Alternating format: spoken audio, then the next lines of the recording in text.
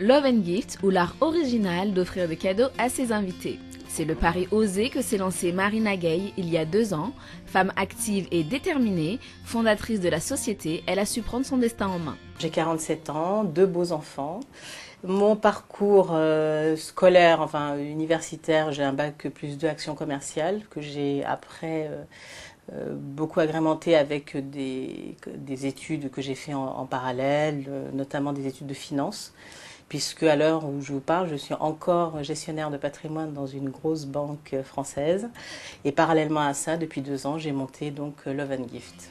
Love and Gift, une entreprise dont la création semblait incertaine il y a encore quelques années, a su répondre aux attentes du marché et à l'évolution des mœurs de la société française.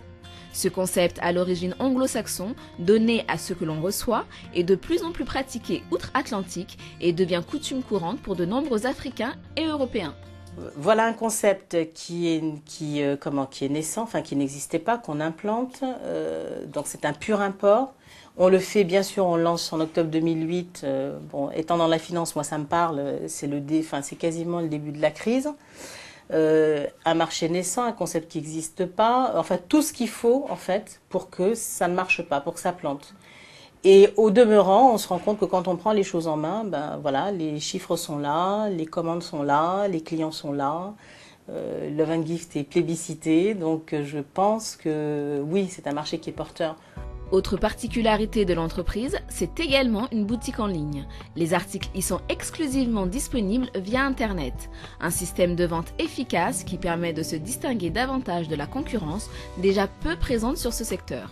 Ce qui nous démarque des autres, c'est le fait d'avoir pris un segment sur le marché du cadeau d'invité, sur le marché du mariage, pardon, et de ne développer que ça. C'est-à-dire que là où mes concurrents vont avoir 10, 15 produits tout au plus, j'en ai 200. Quant à l'avenir, Marina est plutôt confiante. Le continent africain constitue un marché potentiel. La collaboration avec certains pays comme le Sénégal, dont elle est originaire, fait partie intégrante de ses projets. On vient de lancer notre V2, donc la version 2 de Love and Gift, qui devrait être suivie dans quelques mois d'un nouveau site pour enfants. Puisque bon, la suite logique d'un mariage, c'est bébé, donc on va développer un site de cadeaux de naissance, avec toujours dans la même dynamique du produit original qu'on ne voit pas en France, qu'on ne trouve pas. Voilà, l'idée c'est d'aller chiner des idées un petit peu partout, y compris en Afrique, parce qu'on a de très très belles idées. Et puis, soit de les remettre au goût européen si ça a lieu d'être. Et voilà, donc le premier développement c'est ça, c'est là maintenant à moyen terme un deuxième site, et après dans la foulée l'Afrique, oui.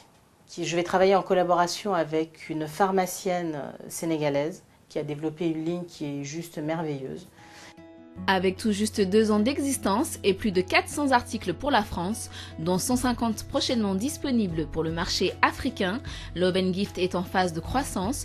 L'entreprise totalise un chiffre d'affaires compris entre 100 000 et 150 000 euros, une occasion pour la fondatrice de prodiguer des conseils aux futurs entrepreneurs.